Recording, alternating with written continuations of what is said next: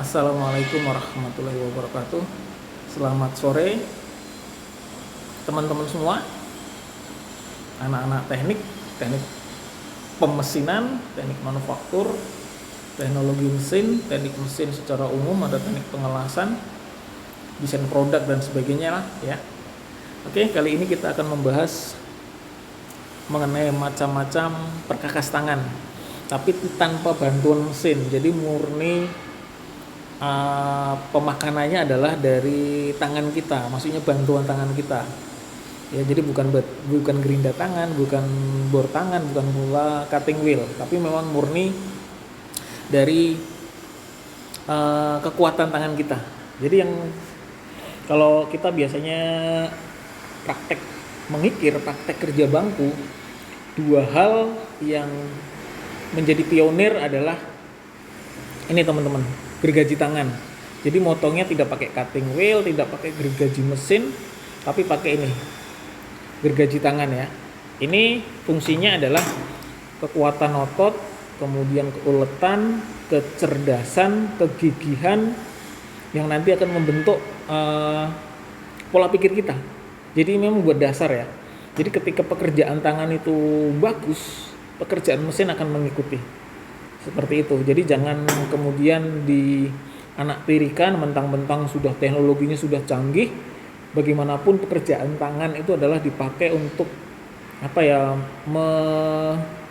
menguatkan pemikiran kita, mindset kita akan keuletan, ketelitian versi tangan kita. Ketika tangan kita itu sudah terbiasa dengan hal-hal pekerjaan tangan yang yang keras, kemudian ketika kita pegang mesin pun pasti akan mengikuti teman-teman. Jadi siapa yang dasarnya bagus, ke mesin pun pasti akan mengikuti, seperti itu. Siapa yang konvensionalnya bagus, otomatisasinya juga akan bagus. Tapi siapa yang otomasinya bagus belum tentu konvensionalnya bagus. Jadi konvensional untuk sisi pendidikan itu luar biasa manfaatnya. Pekerjaan-pekerjaan tangan ya dalam hal ini ya. Jadi ada pionirnya tetap gergaji tangan dan kikir. Kalau gergaji tangan itu memang saat ini bentuknya sudah macam-macam ya. Kalau ini memang kokoh, lengannya kokoh banget. Tidak seperti dulu. Jadi terus berkembang ya teman-teman ya. Jadi bukan otomatisasi saja yang berkembang. Untuk pekerjaan-pekerjaan tangan, tool-toolsnya pun juga berkembang. Demikian pula dengan kikir.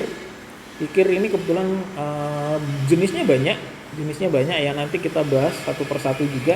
Cuman ini hanya perwakilan saja, jadi ada segi 3, segi 4, rata, kemudian bulat, kemudian dari segi 4 saja bentuknya udah macam-macam. Kikir rata pun juga bentuknya macam-macam, maksudnya dimensinya. Jadi memang pionirnya tetap gergaji tangan dan kikir. Kemudian yang nggak boleh terlupakan adalah ragum. Ini fungsinya buat menjepit benda kerja. Nah ini udah ada ya contohnya. Nanti kita bahas juga panjangnya berapa, bagian-bagiannya apa saja namanya, nanti kita bahas juga. Kemudian tadi kan ini sudah kita bahas, gergaji tangan, kikir juga sudah kita bahas. Ada yang dari kayu, jadi terus berkembang ya teman-teman ya. Kalau dulu dari kayu, sekarang udah pakai karet dan sebagainya. Kemudian ini biasanya adalah sikat kawat, biasanya untuk membersihkan ya. Oke, kemudian ini adalah cap atau stamping, jadi untuk menandakan bisa huruf bisa angka. Jadi biasanya kalau kita mau nomor 1 ya udah kita pakai nomor 1 gitu. Diketok pakai palu, jadi biar nggak ketuker dengan temennya sampai batuk-batuk ya. Oke, kemudian berikutnya adalah tap ya. Tap itu adalah untuk membuat ulir dalam secara manual. Jadi membuat ulir tapi pakai manual, tidak harus dengan mesin bubut, tapi pakai handle-nya ya. Kebetulan handle-nya lagi nggak ada di sini, tapi harusnya ini. Nah ini mata namanya tap. Kemudian berikutnya adalah ini center bore, center drill, biasanya dipakai buat di mesin bor teman-teman ya. Ketika mau mengebor atau membubut pakai ini. Kemudian ada mata bor, ya bentuknya macam-macam sih, variasinya juga macam-macam. Kemudian ada chisel atau pahat. Ya, chisel atau pahat ini juga dimensinya bermacam-macam. Kemudian ada palu. Nah, ini bukan palu konde. Tapi ini bisa mewakili bahwa jenis palu yang lain itu banyak. Oke, kemudian ada juga yang belum ada di sini ya, kayak semacam ini ada. Ini adalah penitik teman-teman ya. Jadi sebelum pakai ini, pakai dulu ini cetak gitu. Biasanya untuk dasar ya, untuk mencari titik pusatnya pakai ini. Nah, kemudian penitiknya penggoresnya yang belum ada, penitiknya ada. Oke. Nanti kita bahas juga sudutnya berapa Pak, nanti pelan-pelan kita akan bahas. Nah, termasuk juga ini mungkin satu persatu kita bahas tentang gergaji, tentang tentang kikir, kemudian tentang stem, tentang tentang tap, matabor, center bore, kemudian penitik dan sebagainya. Nanti pelan-pelan. Yang ini mungkin secara umum dulu ya teman-teman semua, termasuk ragum juga.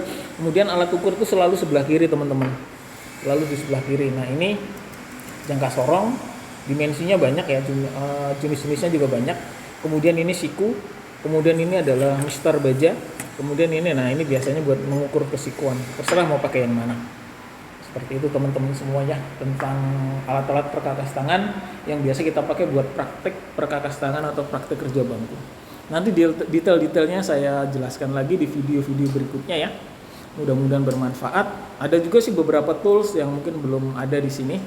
Mudah-mudahan di sesi-sesi berikutnya bisa saya sampaikan videonya. Terima kasih ya teman-teman semua. Mudah-mudahan bermanfaat buat semuanya.